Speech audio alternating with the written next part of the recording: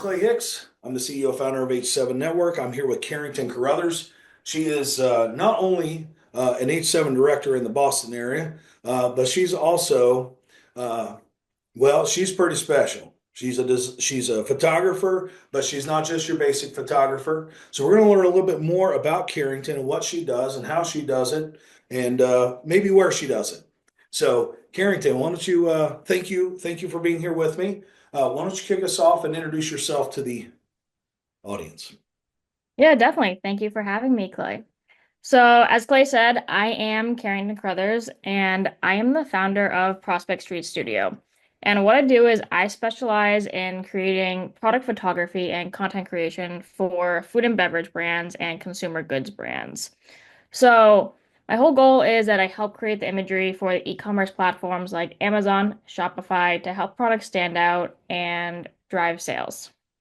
So we focus on really just blending creativity with some strategic imagery for really just helping the brands deliver the visuals that will actually boost their conversions, not just look nice so they can take it to market and grow their businesses.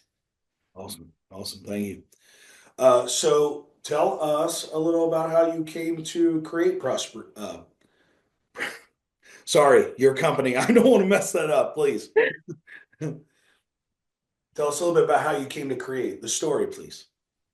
Your company. Yeah, so I fell into running Prospect Street Studio totally by accident, and I ended up getting into photography when I was in college. I was a graphic design major, and I had to take a photography course, which I hated.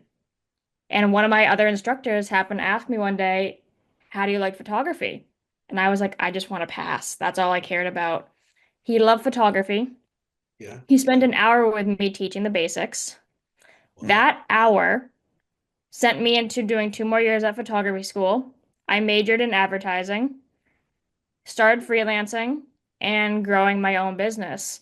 And eventually that blossomed into Prospect Street Studio. But it's a nice story because you could spend 1 hour with somebody and it's proof that you can change their entire life.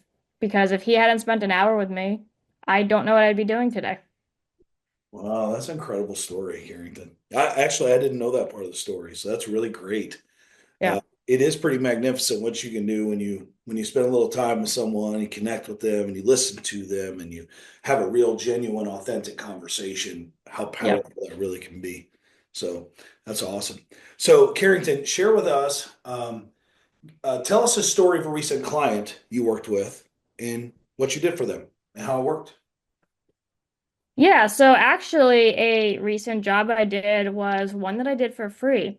So, Yeah. a big part of my business is giving back and wanting to help brands actually be able to figure out how to use imagery to grow. So, I'm a member of a natural products organization, and they started saying, "Hey, do you want to start helping some smaller startup businesses really get their feet wet with all of this?" And I was like, "Definitely, I would love to do that." Yeah. So I worked with a local coffee company. They make organic coffee.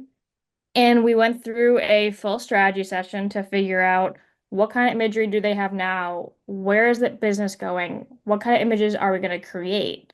I brought them into the studio. We did a small photo shoot so they could do a brand feature. So that includes 3 to 4 different pictures.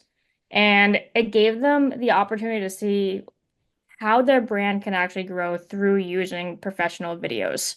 And they loved the experience. It was something they've never actually been able to do before because at this stage they couldn't afford it. And now they're starting to see, like, all right, if we start implementing these photos, what's our next step? How are we connecting with more people through this? Yeah. And being able to just give back and help different brands, that part is a really big part of what I love to do and being able to see them grow after that. So that was a recent job that I did.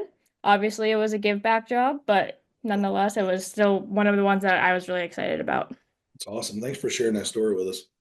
So, okay, give us a couple of ideas around who your prospects are so that those in the audience listening may be able to be of service to you.